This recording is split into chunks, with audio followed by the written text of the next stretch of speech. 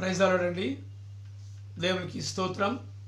ప్రభు నామములో మీ అందరికీ మన ప్రభు అయిన యేసు క్రీస్తు నామములో శుభములు తెలియజేయుచున్నాను. ఈ సాయంకాల సమయంలో మనము దేవుని యొక్క వాక్యాన్ని ధ్యానించుకుందాము. ఈ సాయంకాలము దేవుడు మనలందరినీ ఆశీర్వదించి ఈ లైవ్లో పాల్గొనే గొప్ప అవకాశం మనకి ఇచ్చినందుకై ఆయనకు వందనాలు చెల్లిద్దాం. ముందుగా ఒక చిన్న ప్రార్థన చేసుకొని తర్వాత ఒక పాట కూడా పాడుకొని ఆ తర్వాత దేవుని వాక్యములకి వెళదామండి. దయచేసి మీరందరూ లైవ్లో పాల్గొనవలసిందిగా మనవి చేయుచున్నాను. దేవుని వాక్యము ఉదయము, సాయంకాలము, మధ్యాహ్నము ఎప్పుడు సమయం దొరికితే అప్పుడు దేవుని వాక్యాన్ని ధ్యానించటం అది మనకు ఆత్మలకు మేలు కలుగుతుంది. ప్రార్థన చేసుకుందాం. అందరం తలలు వంచి ఈ లైవ్లో పాల్గొనవలసిందిగా మనవి చేయుచున్నాను. మహాగరుడా, మహోన్నతుడా, పరిశుద్ధుడా, ప్రేమగల తండ్రి, కృపా కనికరము కలిగిన దేవ, నీ ఘనమైన నామానికి వందనాలు చెల్లిస్తున్నాం. ఇదిగో ప్రభా, ఈ సాయంకాల సమయంలో నాయన ఈ లైవ్ ద్వారా ప్రభా మరి నిన్ను స్తుతించి ఆరాధించే గొప్ప ధన్యత మా అందరికీ, అనగా ఈ లైవ్లో పాల్గొన్న ప్రతి ఒక్కరికి మీరు దయచేసినందుకు నీకు వందనాలు చెల్లిస్తున్నాం. మరి వాక్యం ద్వారా మీరు మాతో మాట్లాడండి ప్రభా. మా ఆత్మీయ జీవితాన్ని అభివృద్ధి పరచమని అడుగుతున్నాం. కృప వెంబడి కృపను దయచేయమని అడుగుతూ యేసు నామములో ప్రార్థిస్తున్నాము తండ్రి. Amen, amen, amen. Praise the lord. ఒక చిన్న పాట పాడుకుందామండి. అది యేసన్న గారి హోసన్న మినిస్ట్రీస్లోని పాట. ఇది ఒకవేళ మీకు వచ్చినట్లయితే మీరు కూడా కలిసి పాడండి.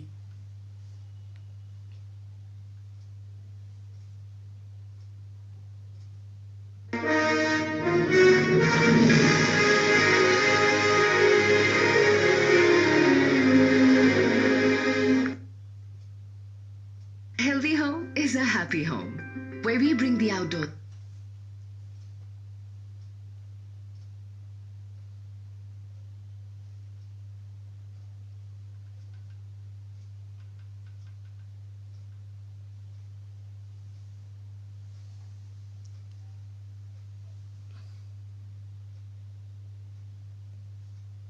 In where healthy dishes are tasty too.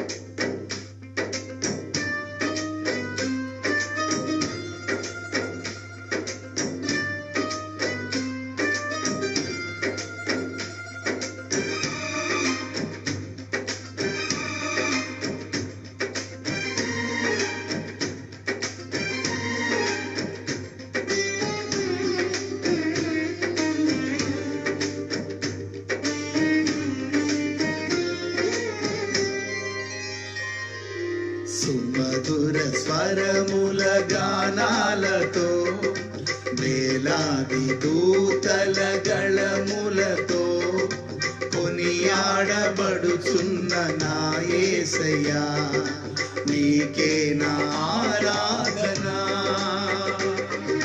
సుమధుర స్వరముల గానాలతో, వేలాది దూతల గళములతో కొనియాడబడుచున్న నా యేసయ్యా, నీకే నా ఆరాధన. మహదానందమే నాలో పరవశమే, నిన్ను స్తుతించిన ప్రతి క్షణం. మహదానందమే నాలో పరవశమే, నిన్ను స్తుతించిన ప్రతి క్షణం. సుమధుర స్వరముల గానాలతో, వేలాది దూతల గళములతో కొనియాడబడుచున్న ఆరాధనార్పించుచున్న నా యేసయ్యా నీకే నా ఆరాధన.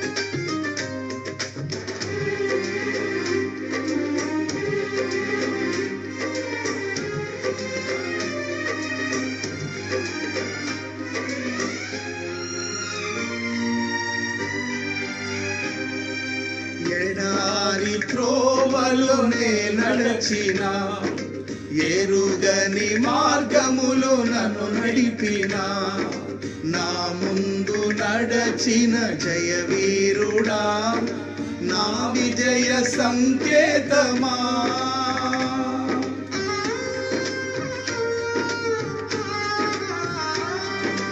ఎడారి త్రోవలోనే నడచిన, ఎరుగని మార్గములో నన్ను నడిపిన, నా ముందు నడచిన జయవీరుడా, నా విజయ సంకేతమా. నీవే నీవే నా ఆనందము, నీవే నీవే నా ఆధారము, నీవే నీవే నా ఆనందము, నీవే నా ఆధారము. సుమధుర స్వరముల గానాలతో, వేలాది దూతల గళములతో కొనియాడబడుచున్న నా యేసయ్యా నీకే నా ఆరాధన.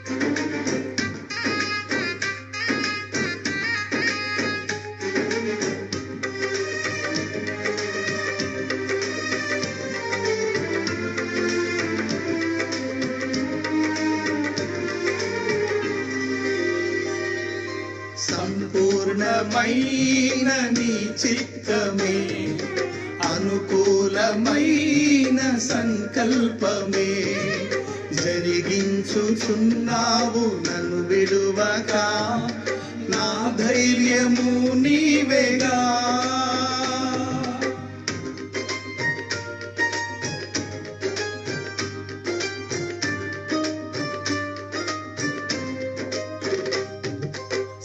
సంపూర్ణమైన నీ చిత్తమే, అనుకూలమైన సంకల్పమే జరిగించుచున్నావు నన్ను విడువక, నా ధైర్యము నీవేగా. నీవే నీవే నా జయ గీతము, నీవే నీవే నా స్తుతి గీతము, నీవే నీవే నా జయ గీతము, నీవే నా స్తుతి గీతము. సుమధుర స్వరముల గానాలతో, వేలాది దూతల గళములతో కొనియాడబడుచున్న నా యేసయ్యా నీకే నా ఆరాధన.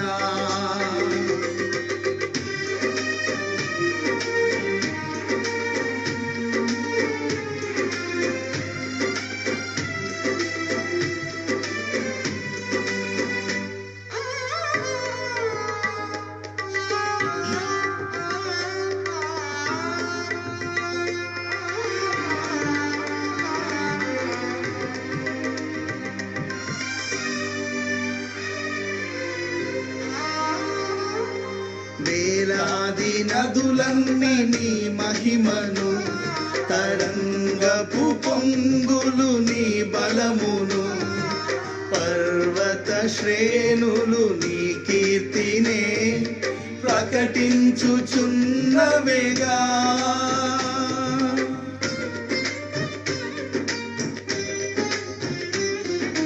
వేలాది నదులన్నీ నీ మహిమను, తరంగపు పొంగులు నీ బలమును, పర్వత శ్రేణులు నీ కీర్తినే ప్రకటించుచున్నవేగా. నీవే నీవే నా అతిశయము, నీకే నీకే నా ఆరాధన. నీవే నీవే నా అతిశయము, నీకే నా ఆరాధన. సుమధుర స్వరముల గానాలతో, వేలాది దూతల గళములతో కొనియాడబడుచున్న నా యేసయ్యా, నీకే నా ఆరాధన. మహదానందమే నాలో పరవశమే, నిన్ను స్తుతించిన ప్రతి క్షణం. మహదానందమే నాలో పరవశమే, నిన్ను స్తుతించిన ప్రతి క్షణం. సుమధుర స్వరముల గానాలతో, వేలాది దూతల గళములతో కొనియాడబడుచున్న నా యేసయ్యా, నీకే నా ఆరాధన.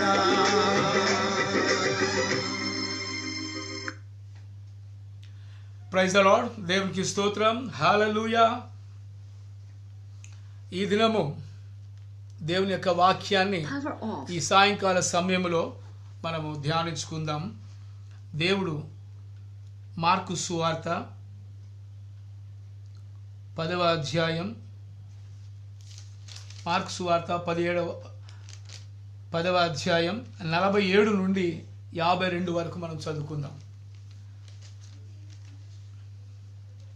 మార్కు సువార్త 10వ అధ్యాయం 47 నుండి 52 వరకు మనము దేవుని యొక్క వాక్యాన్ని ధ్యానించుకుందాం.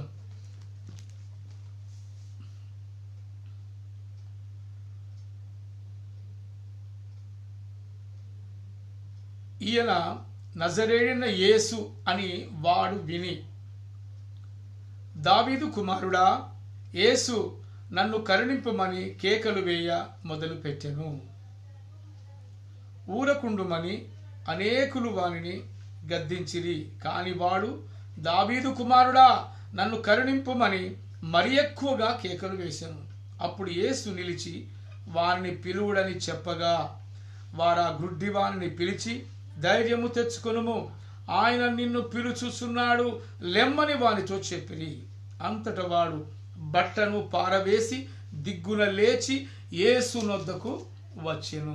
యేసు, నేను నీకేమి చేయగోరుచున్నానని వానిని అడుగగా, ఆ గుడ్డివాడు, బోధకుడా నాకు దృష్టి కలుగజేయమని ఆయనతో అనెను. అందుకు యేసు, నీవు వెళ్ళుము, నీ విశ్వాసము నిన్ను స్వస్థపరిచెనని చెప్పెను. వెంటనే వాడు త్రోవను ఆయన వెంట చూపు పొంది వెళ్ళెను. దేవునికి స్తోత్రం. ఇక్కడ మనం ఒకటి చూస్తున్నాం ఏంటంటే 46వ వచనంలో, వారు యెరికో పట్టణమునకు వచ్చిరి. వారు అనగా యేసు క్రీస్తు యెరూషలేము అంతటా తిరుగుతూ అలాగే యెరికో పట్టణము గుండా వచ్చినట్టుగా మనం చూస్తున్నాం. ఈ యెరికో పట్టణం అనేది పాపమునకు సాదృశ్యమని ఇంతకుముందు మనము లైవ్లో విన్నాం. ఎందుకంటే పొట్టి జక్కయ్య కూడా యెరికో పట్టణంలోనే ఉన్నట్టుగా మనం చూస్తున్నాం. ఇప్పుడు కూడా ఈ యెరికో పట్టణము గుండా ఆ దారి గుండా ఆయన వెళుతున్నాడు. ఆయన అనగా యేసు క్రీస్తు ఆ దారి గుండా వెళుతున్నాడు. అక్కడ శిష్యులు ఆయన వెంట ఉన్నారు. శిష్యులతో ఆయన ఆ వీధుల గుండా వెళుతూ అక్కడ అద్భుత కార్యములు చేస్తూ ఆ యెరూషలేములో ఎన్నో మహత్కార్యాలు చేస్తూ ఆయన సువార్తను ప్రకటిస్తున్నాడు. దేవుడి తండ్రి చేత పంపబడి దేవుని యొక్క చిత్తాన్ని నెరవేర్చుటకు ఆయన ఈ లోకానికి వచ్చినట్టుగా మనం చూస్తున్నాం. అయితే ప్రియమైన దేవుని బిడ్డారా, ఇక్కడ ఏమంటున్నట్టే, యెరికో పట్టణము గుండా ఆయన వెళ్ళుచు, యెరికో పట్టణము గుండా ఆయన వెళ్ళుచు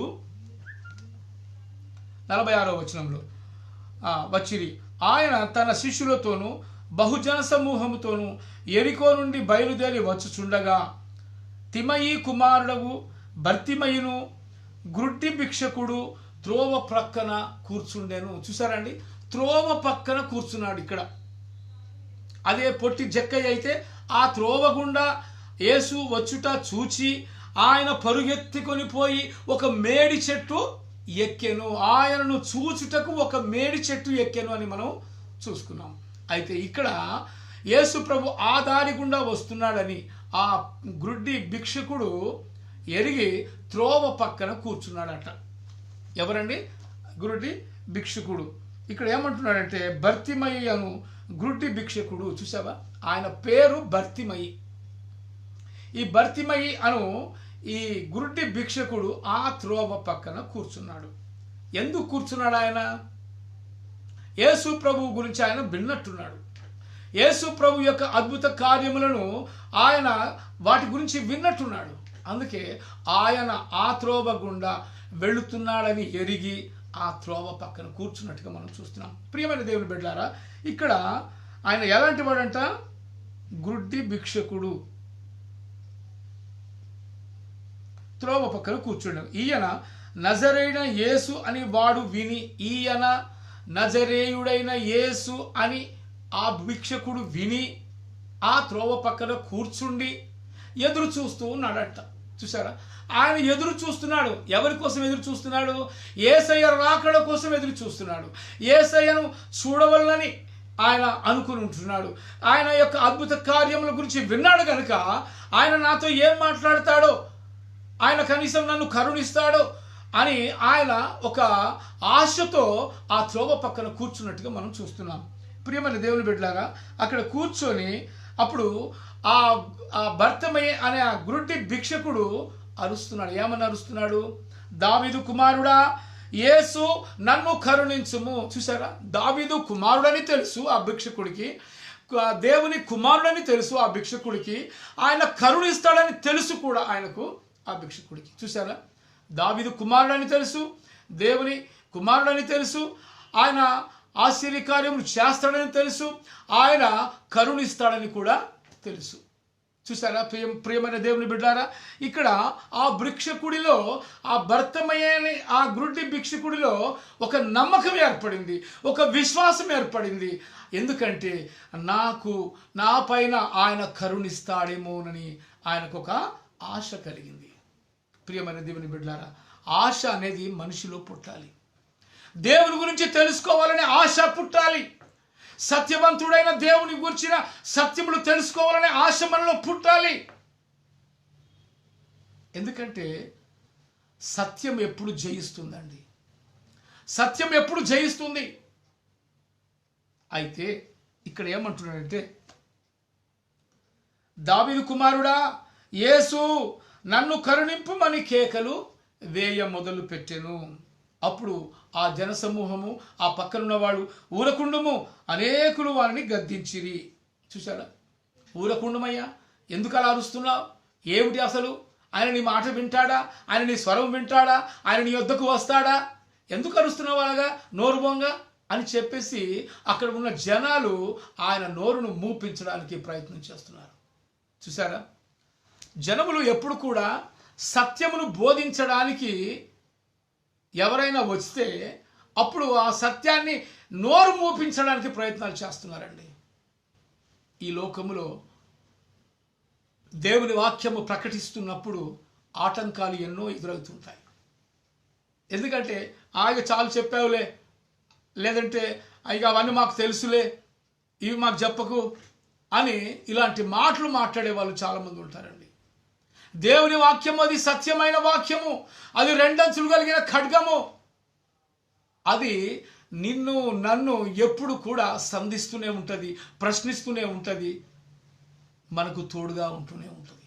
దేవుని యొక్క వాక్యం అది ప్రాణమును తెప్పరిల్ల చేసే వాక్యం.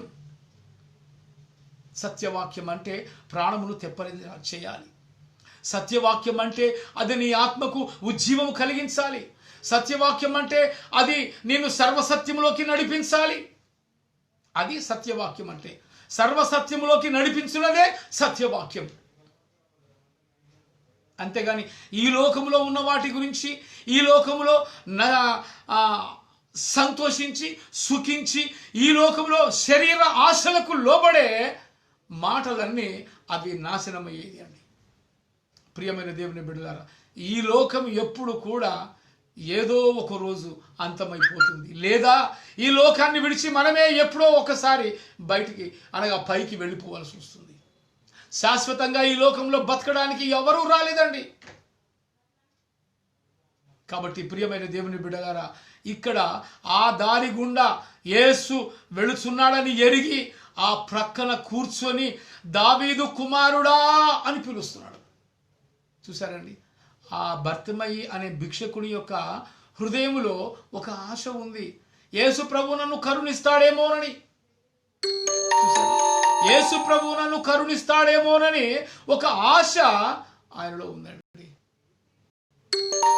ప్రియమైన దేవుని బిడ్డలారా, ఆశ అనేది మానవునికి అత్యవసరం.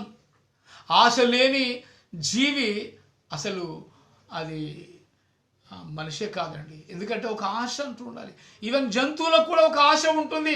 ఏమైనా ఆహారం దొరుకుతుందేమోననే ఆశతో అవి వేటాడతాయి.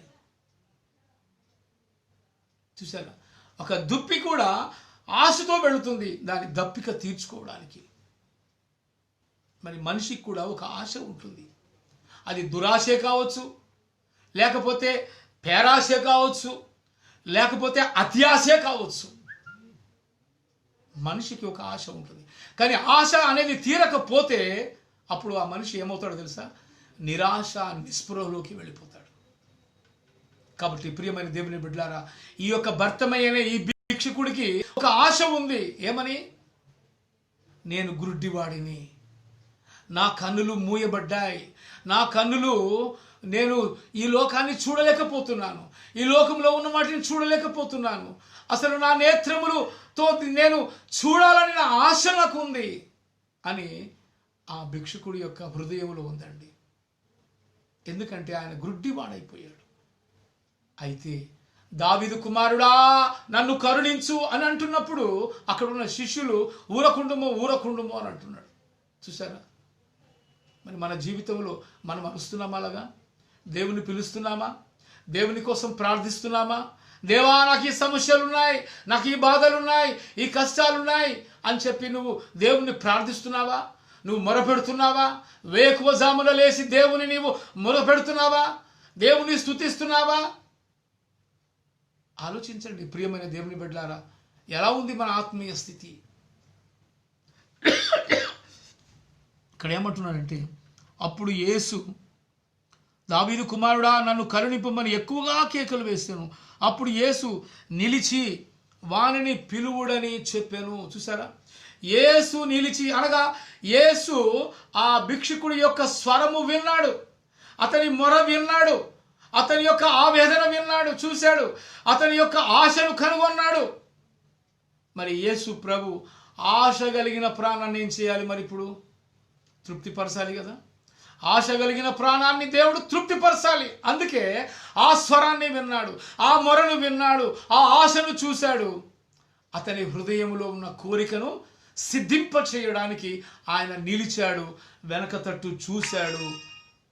అప్పుడు శిష్యులకు చెప్తున్నాడు, అతనిని మీరు పిలువుడి, అతనిని మీరు పిలువుడి. మరి ఈనాడు మనం గ్రుడ్డి స్థితిలో ఉంటున్నాం. మన ఆత్మీయ నేత్రములు మూయబడిపోతున్నాయి. ప్రియమైన దేవుని బిడ్డలారా, మరి ఆత్మీయ నేత్రాలు మనకు తెరవబడకపోతే, మనకు శరీర కళ్ళు మాత్రం ఉన్నాయి, ఈ లోకాన్ని చూస్తున్నాం, మరి ఆత్మీయ నేత్రములతో దేవుని చూడవా? ఆత్మీయ నేత్రములతో దేవుని చూడాలనే ఆశ నీకు లేదా? ప్రియమైన దేవుని బిడ్డలారా, ఆశ అనేది మనిషికి అవసరం. మరి యేసు ప్రభువుని ఆ పుట్టి గుడ్డివాడు చూసి కేకలు వేస్తున్నాడు, దావీదు కుమారుడా నన్ను కరుణించు అని అంటున్నాడు. చూసారా, ఆయన కరుణించేవాడు, ఆయన దయ చూపేవాడు, ఆయన నీ యొద్దకు వచ్చేవాడు, ఆయన నీ స్వరమును వినేవాడు, ఆయన నీ ప్రార్థన ఆలకించేవాడు. ప్రియమైన దేవుని బిడ్డలారా, మరి నువ్వు మొరపెడుతున్నావా? వేకువజామునే లేచి దేవునికి మొరపెడుతున్నావా? నీ మనవులేంటో, నీ బాధలేంటో, నీ సమస్యలేంటో ఆయన సన్నిధిలో కన్నీరు విడిచి నువ్వు ప్రార్థిస్తున్నావా? మోకాళ్ళుండి ప్రార్థిస్తున్నావా? ఎలా ఉంది మన ఆత్మీయ స్థితి? ఆలోచించండి ప్రియమైన దేవుని బిడ్డలారా. ఊరికేనే మేము యేసయ్యను నమ్ముకున్నామని చెప్పి నామకార్థ క్రైస్తవంలో జీవించుట అది వ్యర్థమది. ఎవడైతే క్రీస్తును పోలి నడుచుకుంటాడో వాడే క్రైస్తవుడు అండి. కాబట్టి ఆలోచించండి దేవుని బిడ్డలారా, ఎలాంటి స్థితిలో ఉన్నాం? దేవునికి మొరపెడుతున్నామా? దేవునికి సమీపంలో ఉంటున్నామా? మరి మన ఆత్మీయ నేత్రములు తెరుచుకుందామా వద్దా? ఆలోచించండి. ఇక్కడ ఏమంటున్నాడంటే, అప్పుడు యేసు నిలిచి వానిని పిలువుడని చెప్పగా, వానిని పిలవండి. దేవుని యొక్క పిలుపును మనం కనుగొంటున్నామా? దేవుని యొక్క పిలుపు స్వరాన్ని మనం వింటున్నామా? మరి ఆయన నిన్ను ఒక పాత్రగా వాడుకోవాలని చూస్తున్నాడు. ఎందుకంటే ఒక కుమ్మరివాడు తన చేతిలో ఉన్న మట్టిని తనకిష్టమున్న పాత్రగా చేస్తాడు. కుండ చేయాలంటే కుండను చేస్తాడు, కూదను చేయాలంటే కూదను చేస్తాడు.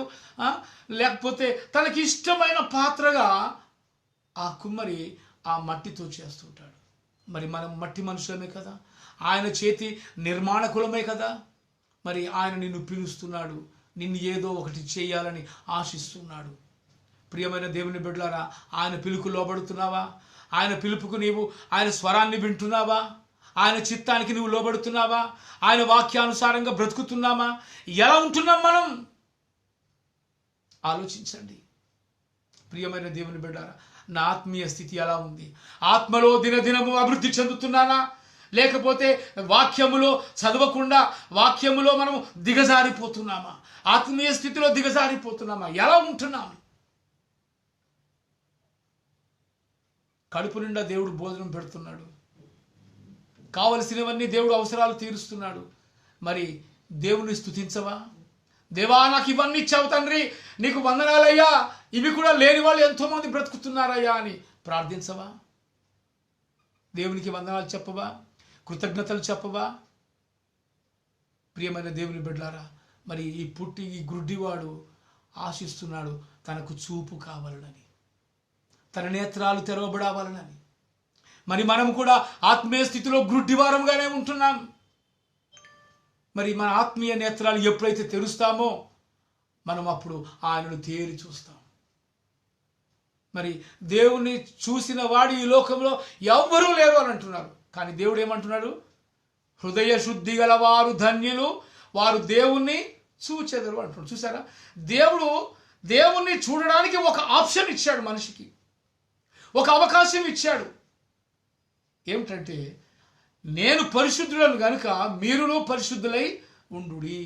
మీరు పరిశుద్ధంగా ఉంటే తప్ప, మీ హృదయము నిర్మలంగా ఉంటే తప్ప, నీ హృదయము స్వచ్ఛతగా ఉంటే తప్ప నీవు నన్ను చూడలేవు అంటున్నాడు. ఆలోచించండి ప్రియమైన దేవుని బిడ్డలారా, హృదయ శుద్ధి గల వారు ధన్యులు, వారు దేవుని చూచెదరు.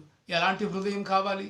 చిన్న పిల్లల యొక్క మనస్తత్వము ఏ విధంగా ఉంటుందో, ఏ కల్మషము లేకుండా ఉంటుందో, ఏ అసూయ లేకుండా ఉంటుందో, ఏ కార్పణ్యము లేకుండా ఉంటుందో, ఎలాంటి ద్వేషము లేకుండా ఉంటుందో, నీ హృదయం అలా ఉండాలి. అందుకే ధర్మశాస్త్రం అంతటిలో మొట్టమొదటిది ఆజ్ఞ ఒకటి, నిన్ను వలె నీ పొరుగువారిని ప్రేమించుము. నిన్ను వలె నీ పొరుగువారిని ప్రేమించుము.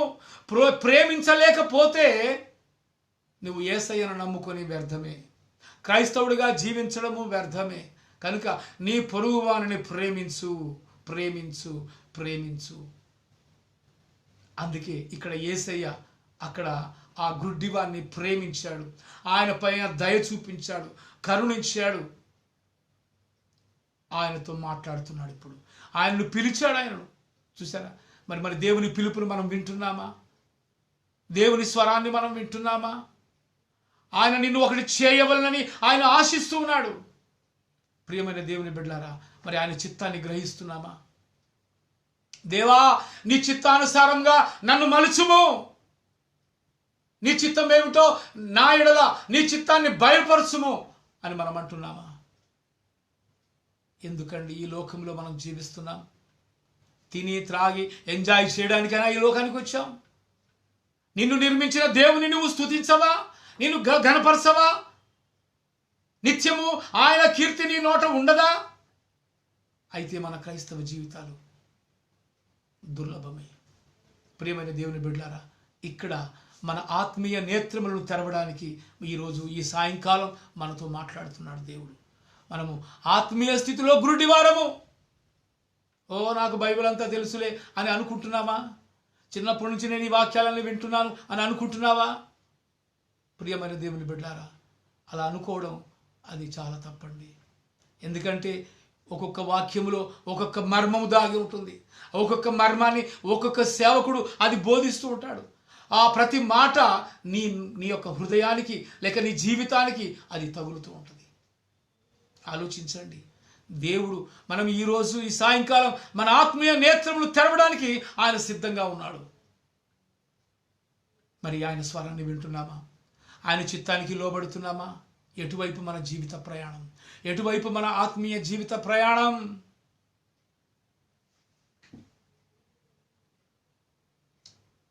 అప్పుడు యేసు అంతటా వాడు ఆయన నిన్ను పిలుస్తున్నాడని లెమ్మని వానితో చెప్పి లేవాలంట. లెమ్మంటున్నాడు. ఆయన నిన్ను పిలిచాడు, లే అని శిష్యులు చెబుతున్నారు. ఈనాడు సేవకులు కూడా దేవుడు నిన్ను పిలుస్తున్నాడు, లే, నీవున్న స్థితిలో నుంచి లే, నీ పరిస్థితిలో నుంచి నువ్వు లెగు. నీ స్థితిగతులు ఆయన ఎరుగును, నీ పరిస్థితులు ఆయన ఎరుగును. ప్రియమైన దేవుని బిడ్డలారా, మనం ఏ స్థితిలో ఉన్నాం? ఏ గుంపులో ఉంటున్నాం? ఎత్తబడే గుంపులో ఉంటున్నామా? విడువబడే గుంపులో ఉంటున్నామా? లేకపోతే లేవలేకుండా అదే స్థితిలో ఉంటున్నామా? ఎలా ఉంది మన ఆత్మీయ స్థితి? ఇప్పుడు యేసు ప్రభు నిన్ను పిలుస్తున్నాడు. ఆయన నిన్ను ప్రేమిస్తున్నాడు. ఆయన నిన్ను రక్షించడానికి సిద్ధంగా ఉన్నాడు. నీ స్థితిలో నుంచి నువ్వు లెగు. మరి ఒకవేళ నువ్వు లేగలేదనుకో, ఆయన పిలుపును వినలేదనుకో, నీవు జీవితాంతము గుడ్డివాడిగానే ఉంటావు. గుడ్డివాడిగానే ఉంటావు. ఆయన స్వరాన్ని వినాలి, ఆయన యుద్ధకు రావాలి, ఆయన మాటకు లోబడాలి. నీవున్న స్థితిలో నుంచి లెగాలి. ఎప్పుడైతే నీవు ఆయన వైపు చూస్తావో అప్పుడు నీవున్న స్థితిలో నుంచి పైకి లేస్తావు. ప్రియమైన దేవుని బిడ్డలారా, అందుకే నీవున్న స్థితిలో నుంచి లెగో అని శిష్యులు చెప్తున్నారు. అక్కడ శిష్యులు చెప్తున్నారు, ఇక్కడ దేవుని సేవకులు చెప్తున్నారండి. ప్రియమైన దేవుని బిడ్డలారా, ఆత్మ నడిపించువాడు పరిశుద్ధాత్ముడు. మన ఆత్మను నడిపించువాడు పరిశుద్ధాత్ముడు. మరి సేవకుల ద్వారా దేవుడు పరిశుద్ధాత్మతో ఆయన మాట్లాడుతున్నాడు. ఆ మాట్లాడే ఆ స్వరం అది నీ కొరకే, అది నీకే వినబడుతుంది. ఆలోచించండి ప్రియమైన దేవుని బిడ్డలారా. అప్పుడు వాణ్ణి లెమ్మని చెప్పిరి. అంతటా వాడు బట్టను పారవేసి దిగ్గులేచి యేసు వద్దకు వచ్చాడు. చూసారా? బట్టను పారవేసి, ఆయన దగ్గర ఉన్న బట్టను పారవేశాడు. ఆయన ఉన్న స్థితిలో నుంచి పైకి లేశాడు. ఆ బట్ట అది ఆయన దగ్గర ఉంది. మరి మన దగ్గర ఏముంది? మన పాపపు స్థితిని మనము పారవేసి, ఈ లోకాన్ని మనము విడిచిపెట్టి, ఆయన స్వరాన్ని విని ఆయన యొద్దకు మనము పరిగెత్తితే అప్పుడు నిన్ను ఏ విధంగా మలుచుకోవాలో దేవుడు ఆ విధంగా మలుచుకుంటాడు. ఆ విధమైన పాత్రలో నిన్ను తయారు చేస్తాడు. ప్రియమైన దేవుని బిడ్డలారా, మరి ఆయన స్వరం వింటున్నామా? ఎలా ఉంది మన ఆత్మీయ స్థితి? యేసు నిన్ను పిలిచాడు, ఆయన స్వరం నీకు వినబడుతుంది. ఆలోచించండి ప్రియమైన దేవుని బిడ్డలారా. దేవుడు నాతో ఇంత మటుకు మాట్లాడలేదు అని నువ్వు అనుకుంటున్నావా? సేవకుడు చెప్పే వాక్యము అది నీ యొక్క హృదయానికి, నీ జీవితానికి తగలటం లేదా? దేవుని మాటలు చెబుతున్నప్పుడు అవి నీ జీవితానికి అనుభవించబడటం లేదా? ఏ స్థితిలో ఉన్నావు? ప్రియమైన దేవుని బిడ్డలారా, వాడు బట్టను పారవేసి, మరి నువ్వు పాపమును పారవేసి, లోకమును పారవేసి, లోకమును విడిచిపెట్టి, నీవున్న స్థితిని విడిచిపెట్టి నీవు దేవుని వైపు తట్టు తిరుగుతున్నావా? దేవుని తట్టు నీవు తిరిగినట్లయితే ఆయన ముఖ కాంతి నీ పైన ప్రకాశిస్తూ ఉంది. ప్రియమైన దేవుని బిడ్డలారా, ఆయన ముఖ కాంతి నీ పైన ప్రకాశిస్తూ ఉంది. ఆ ప్రకాశమానమైన వెలుగులో నీ యొక్క జీవితం దేదీప్యమానమైపోతుంది. ఆయన యొక్క వెలుగులో నీ జీవితం దేదీప్యమానమైపోతుంది. నీవు దేవుని చేత దీవించబడ్డవాడవుతావు, ఆశీర్వదించబడ్డవాడవుతావు. ప్రియమైన దేవుని బిడ్డలారా, ఇక్కడ ఏమంటున్నాడంటే ఆయన దిగ్గున లేచి యేసునొద్దకు వచ్చెను. చూసారా, ఆ భిక్షుకుడు ఆ స్వరాన్ని విని ఆయన ఉన్న స్థితిని విడిచిపెట్టి ఆయన దగ్గర ఉన్న బట్టను పారవేసి ఎవరి యొద్దకు వెళ్ళాడట? యేసు యొద్దకు వెళ్ళాడు. చూసారా, ఎక్కడికో వెళ్ళలేదు, బంధువుల దగ్గరికి వెళ్ళలేదు, తన ఇంటికి వెళ్ళలేదు, లోకంలో కలవలేదు. ఎవరి యొద్దకు వచ్చాడు? యేసు యొద్దకు వచ్చినట్టుగా మనం చూస్తున్నాం. ప్రియమైన దేవుని బిడ్డలారా, యేసు అక్కడ ప్రశ్న వేస్తున్నాడు. ఈయన ఆశపడైతే యేసు యొద్దకు వచ్చాడు, అక్కడ ప్రశ్న వేస్తున్నాడు, నేనేమి నీకు చేయగోరుచున్నాను అని అడుగుతున్నాడు. ఇక్కడ చూసారా, ఏమి చేయగోరుచున్నానని వారిని అడిగాను. మరి వాడు ఏమి కావాలని ఆశపడుతున్నాడో అది యేసయ్యకు తెలుసు. అయినా కూడా యేసయ్య ప్రశ్న వేస్తున్నాడు ఆ గ్రుడ్డివాడికి, నేను నీకు ఏమి చేయగోరుచున్నాను అని ప్రశ్న వేస్తున్నాడు. అప్పుడు వాడు ఏమంటున్నాడు చూడండి, 51 వచనంలో, నేను నీకేమి చేయగోరుస్తున్నానని వాడిని అడుగగా ఆ గ్రుడ్డివాడు, బోధకుడా, చూసారా ఎంత చక్కగా పిలుస్తున్నాడు, బోధకుడా నాకు దృష్టి కలుగజేయుమని ఆయనతో అనను. చూసారా, వానికి దృష్టి లేదు. ఏ దృష్టి లేదు? చూసారా, శారీరకమైన దృష్టి లేదు. మరి ఇప్పుడు మనకు ఏ దృష్టి లేదు?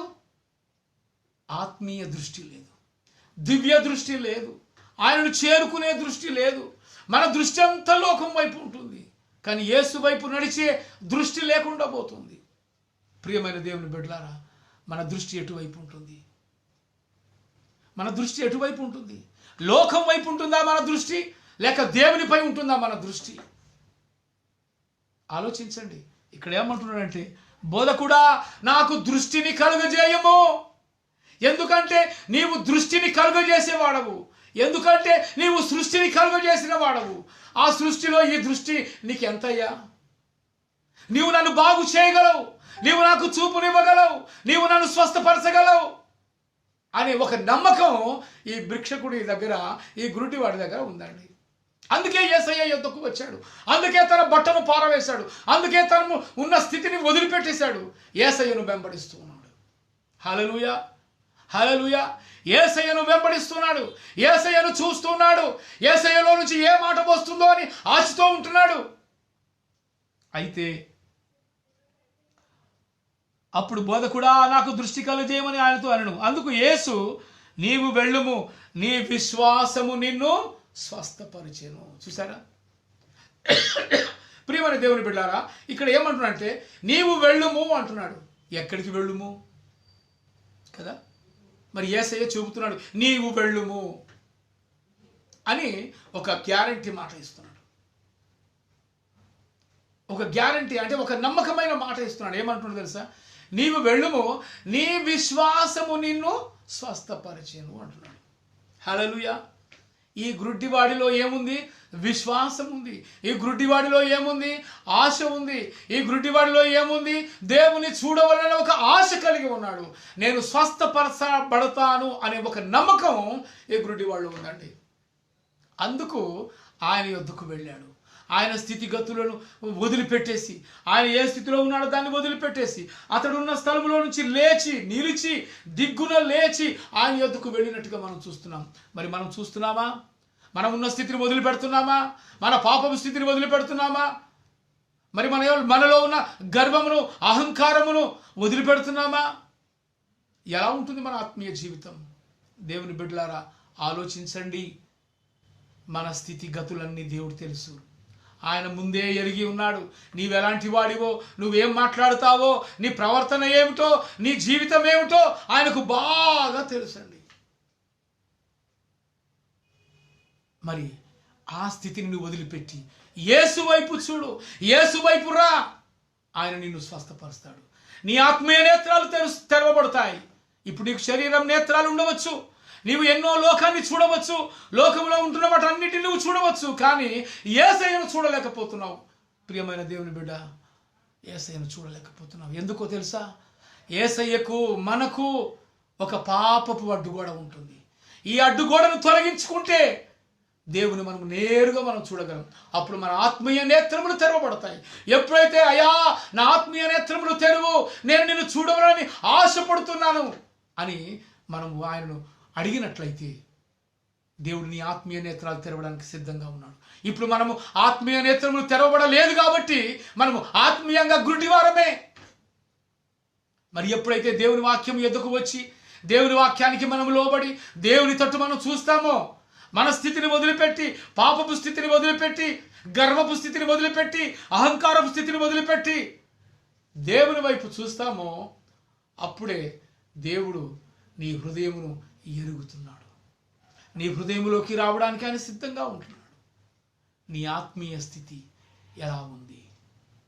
ఇంకా ఆత్మీయ గురుడివారంగా ఉందామా, లేకపోతే మనోనేత్రములతో మనం దేవుని చూద్దామా?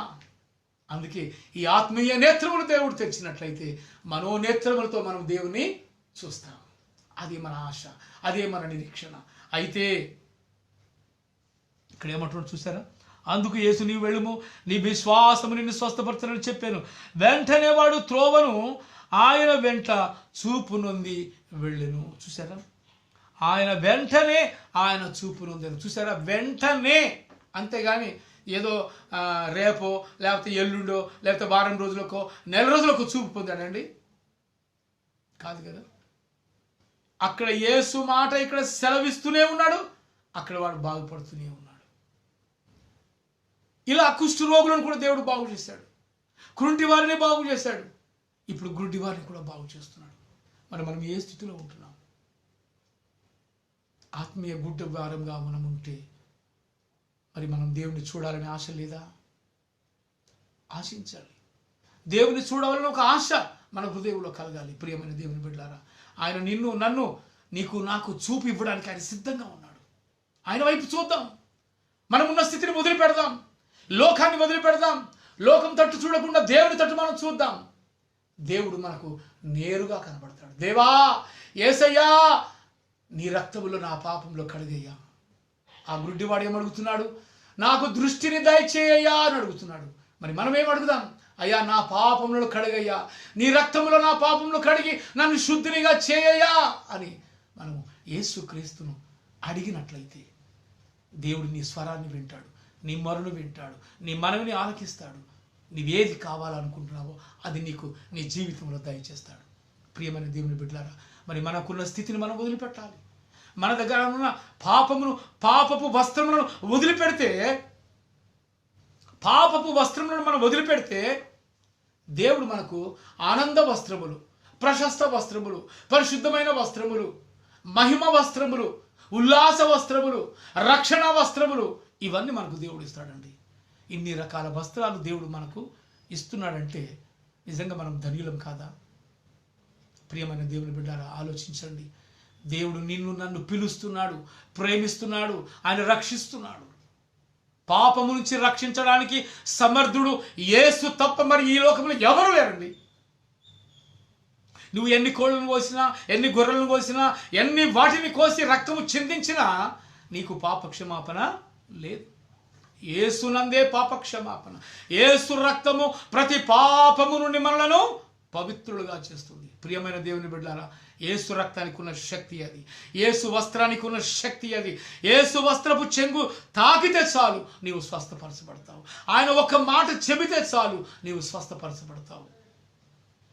ఆలోచించండి ప్రియమైన దేవుని బిడ్డలారా, మనం ఆత్మీయ గుడ్డివారంగా మనం ఉంటున్నాం. అయితే దేవుడు మన ఆత్మీయ నేత్రములు తెరవడానికి ఆయన సిద్ధంగా ఉన్నాడు. ఆయన నిన్ను పిలుస్తున్నాడు ఈ సాయంకాల సమయంలో. మరి నువ్వు ఆయన స్వరాన్ని వింటున్నావా? ఆయనతో నువ్వు సన్నిహిత్యము అనగా స్నేహము చేయడానికి సిద్ధంగా ఉన్నావా? ప్రియమైన దేవుని బిడ్డారా, దేవునితో ప్రతిదినము మనం గడపాలి. దేవునితో ప్రతిదినము గడపాలి. దేవుని యొక్క సన్నిధిలో అనగా నువ్వు మోకరించి దేవునికి నువ్వు మొరపెట్టి నువ్వు ప్రార్థన చేయాలి. ప్రార్థన లేని జీవితం అది వ్యర్థమైన జీవితం. నీ కుటుంబంలో ప్రార్థన ఉంటుందా? నీ పిల్లలందరితో కలిసి నువ్వు ప్రార్థనలో ఏకీభవిస్తున్నావా? వాక్యం చదువుతున్నావా? ప్రార్థిస్తున్నావా? లోబడుతున్నావా దేవుని వాక్యానికి? ఎలా ఉంది మన పరిస్థితి? ఆలోచించండి ప్రియమైన దేవుని బిడ్డలారా. దేవుని వాక్యాన్ని నువ్వు ధ్యానించకుండా, దేవునికి ప్రార్థించకుండా ఆహారము మృంగునట్లుగా నా తెలివి లేని ప్రజలు మృంగుతున్నారు.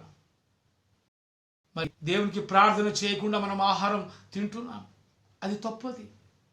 దేవునికి ప్రార్థన చేయకుండా మనం దినాన్ని గడుపుతున్నాం. ప్రియమైన దేవుని బిడ్డలారా, ప్రార్థనతో నీ జీవితాన్ని, నీ దినాన్ని ప్రారంభించు. ప్రార్థనతోనే నీ యొక్క దినాన్ని ముగించు. ప్రార్థనను ప్రారంభించు, ప్రార్థనతో ముగించు. ఆ ముగించిన ఆ తర్వాత ఆ గంటలు అవి చీకటి గంటలు. ఎందుకంటే రాత్రి జాములో మనం నిద్రపోతాం కదండి. ఆ నిద్ర అంతటిలో దేవుడు నీకు తోడుగా ఉంటాడు. అందుకే మా నిద్రలో ప్రభువా నీవు మాకు తోడుగా ఉండు, తిరిగి ఉదయమున లేచి నిన్ను స్తుతించి, నిన్ను గణపరిచి, నిన్ను జ్ఞాపకం చేసుకునే భాగ్యాన్ని మాకు ఇయ్యయ్యా అని నువ్వు ప్రార్థించి పడుకోవాలి. ప్రియమైన దేవుని బిడ్డలారా, దేవుడు నిన్ను నన్ను పిలుస్తున్నాడు. ఆయన స్వరానికి మనం లోబడదాం. ఆయన వాక్యం ద్వారా మన మనోనేత్రములు తెరుచుకుందాం. అందుకే వాక్యము అనేది మన పాదములకు దీపము, మన త్రోవకు వెలుగై ఉంటుంది. ప్రియమైన దేవుని బిడ్డలారా, ఇలాంటి వాక్యాన్ని మనం చదవకుండా మన జీవితంలో ఎన్నో దినాలను, ఎన్నో గంటలను మనం వ్యర్థపరుస్తుంటున్నాం. నేను నీకేమి చేయగోరుస్తున్నానని అక్కడ యేసు అడుగుతున్నాడు. మరి ఇక్కడ కూడా మనల్ని అడుగుతున్నాడు, నీకేమి కావాలి బిడ్డ అని అడుగుతున్నాడు. మరి ఆయన పరలోకం నీకు అక్కర్లేదా? శాంతి సమాధానం నీకు అక్కర్లేదా? ఆత్మీయ జీవితం నీకు అక్కర్లేదా? ఇవి కావాలని దేవుణ్ణి అడగండి, దేవుడు నీకు తప్పకుండా ఇస్తాడు. కాబట్టి ఈ సాయంకాల సమయంలో దేవుడు నీతో నాతో మాట్లాడుతున్నాడు, మనందరితో మాట్లాడుతున్నాడు. ఆయన వాక్యానికి మనం లోబడదాం. మరి యేసు నిన్ను పిలుస్తున్నాడు. వెంటనే వాడు లేచి స్వస్థత పొందెను అన్నాడు. మరి మనము స్వస్థత పొందాలి, మనోనేత్రములు తెరవబడాలి, ఆత్మీయ నేత్రములు తెరవబడాలి. ఆయనను నేరుగా మనం చూడాలి.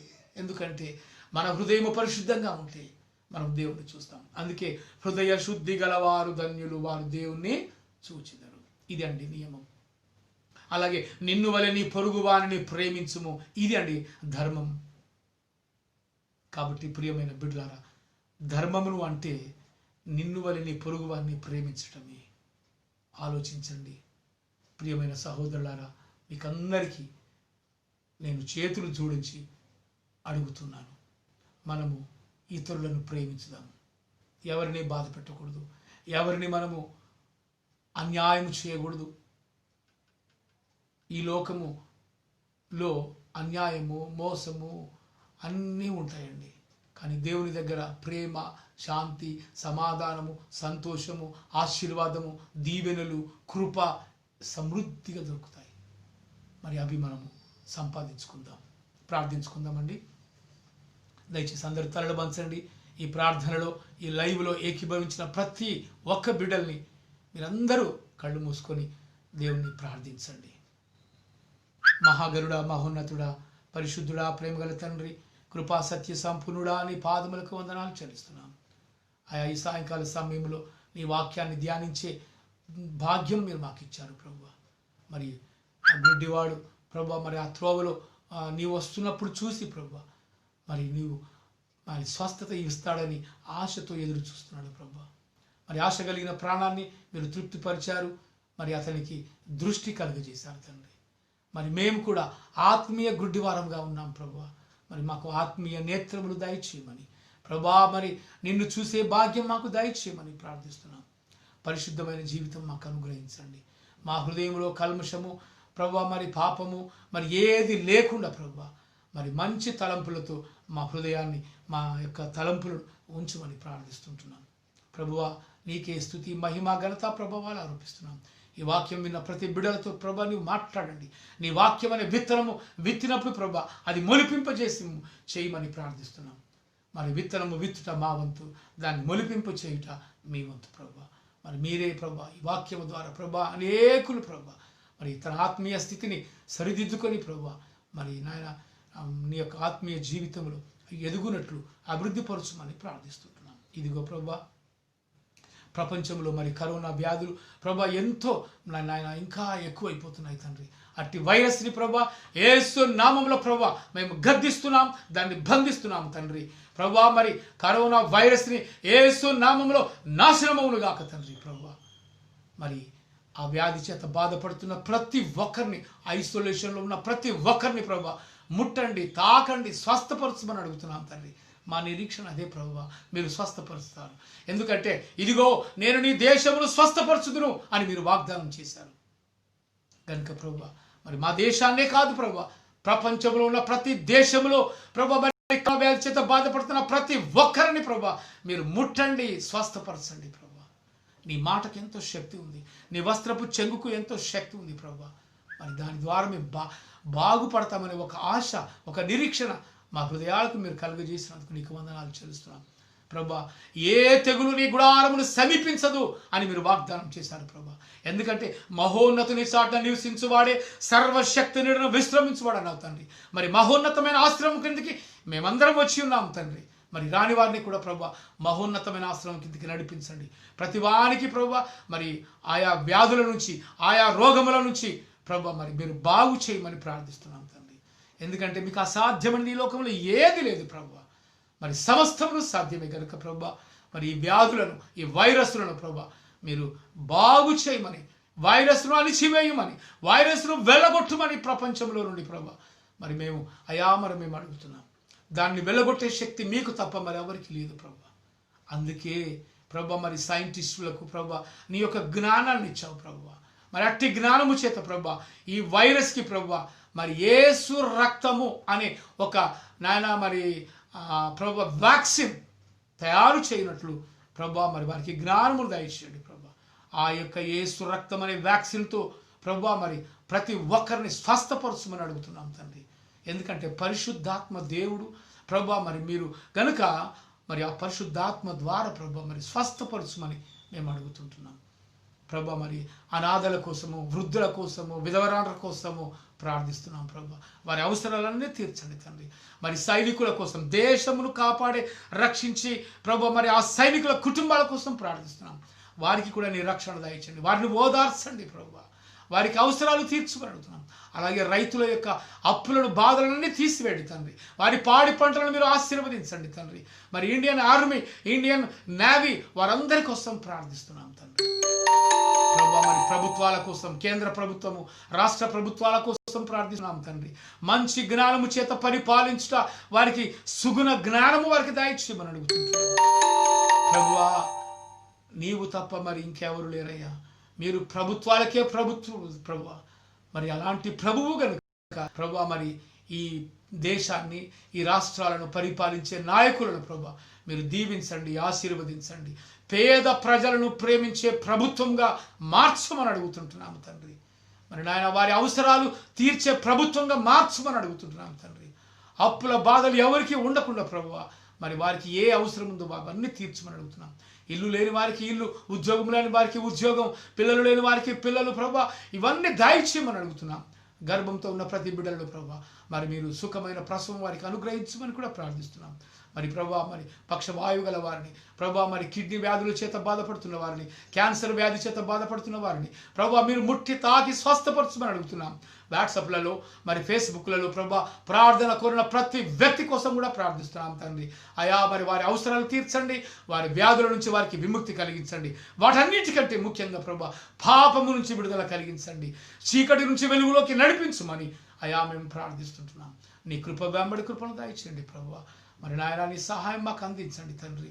మరి నాయన ఇంకా ఏ అవసరాలతో ప్రభా ఉంటున్నారో ప్రభా మరి ముఖ్యంగా యూత్ కోసం ప్రార్థిస్తున్నాం తండ్రి. మరి సెల్ ఫోన్లతో ఉంటూ ప్రభా తన జీవితాలను ప్రభా వ్యర్థపరుస్తున్నారు తండ్రి. మరి నాయన సెల్ ఫోన్కు అడిక్ట్ కాకుండా ప్రభా మరి నీ వాక్యాన్ని చదివే వారిగా వారిని మార్చమని అడుగుతున్నాం ప్రభా. మరి నీవు తప్ప ఇంకెవరు లేరు తండ్రి. మరి నీవే కరుణించి కాపాడి రక్షించమని ప్రార్థిస్తుంటున్నాం తండ్రి. మరి ఒంటరిగా ఉన్న వాళ్ళను ప్రభా నీవే ప్రభా మరి కాపాడుమని రక్షించమని ప్రార్థిస్తుంటున్నాం. మరి ప్రభా మరి నాయన ప్రతి ఒక్కరిని ప్రభా పేరు పేరు వరుసలో మీరు దీవించి ఆశీర్వదించమని ప్రార్థిస్తుంటున్నాం. మరి ముఖ్యంగా మరొకసారి ప్రభా కరోనా పేషెంట్ల కోసం ప్రార్థిస్తున్నాం. వారందరినీ ముట్టి స్వస్థపరచమని అడుగుతుంటున్నాం ప్రభా మరి డాక్టర్లను, పోలీసులను, శానిటైజర్స్ను, వారు చేసేవారిని అనగా జిహెచ్ఎంసి స్టాఫ్ను ప్రభా మరి మీరు ప్రభా మరి స్వస్థపరచండి, ఇంకా బాగు చేయండి. వారిని కూడా ప్రభా ధైర్యమును దయచేయండి, వారి అవసరాలు తీర్చండి ప్రభా. వారికి ఏ తెగులు సోకకుండా ప్రభా మీరు వారిని కాపాడుమని, సంరక్షించమని, వారి కుటుంబాలను నాయన కాపాడుమని ప్రార్థిస్తుంటున్నాను. యేసురాజా ప్రతి ఒక్కరిని ప్రభా నీవే పేరు పేరు వరుసన దీవించమని, ఆశీర్వదించమని అడుగుతూ యేసయ్య అతి పరిశుద్ధ నామములో అడిగి ప్రార్థిస్తూ స్తుతిస్తున్నాము తండ్రి. ఆమేన్, ఆమేన్, ఆమేన్. పరలోకమందున్న మా తండ్రి, మీ నామం పరిశుద్ధపరచబడును గాక, నీ రాజ్యం మాకు వచ్చును గాక, నీ చిత్తం పరలోకమందు ఎలాగో అలాగే భూమి మీద నెరవేరును గాక. మాకు కావలసిన ఆహారములను మాకు దయచేయము. మా ఎడల అపరాధములు చేసిన వారిని మేము క్షమించిన ప్రకారం మా అపరాధములు క్షమించము. మమ్మల్ని శోధనలోనికి తేక దుష్టుని తప్పించము. ఎందుకంటే రాజ్యము, బలము, శక్తి, మహిమ నిరంతరము నీవైనవి గాక తండ్రి. ఆమేన్, ఆమేన్, ఆమేన్. నా ప్రాణమా యెహోవాను సన్నుతించుము, నా అంతరంగంలో ఉన్న సమస్తమా ఆయన పరిశుద్ధ నామమును సన్నుతించుము. నా ప్రాణమా యెహోవాను సన్నుతించుము, ఆయన చేసిన ఉపకారములలో దేనిని మరువకము. Amen, amen, amen. Praise the lord. ఈ లైవ్లో ఏకీభవించిన ప్రతి ఒక్కరికి యేసు అతి పరిశుద్ధ నామంలో మీకు వందనాలు తెలియజేస్తున్నాను. దేవుడు మిమ్మల్ని అందరినీ ఆశీర్వదించునుగాక. కృపా దీవెన సువార్త పరిచర్యలో మీ సహోదరుడు దేవదాస్ గారు. Thank you very much. ఈ పరిచర్య గురించి మీరు ఇంకా ప్రార్థించమని మేము కోరుకుంటున్నాం. అలాగే ఈ లైవ్ను మీరు వీక్షించవలసిందిగా కూడా మనం చేయవలస్తున్నాం. దేవునికి స్తోత్రం. ఆమేన్, ఆమేన్.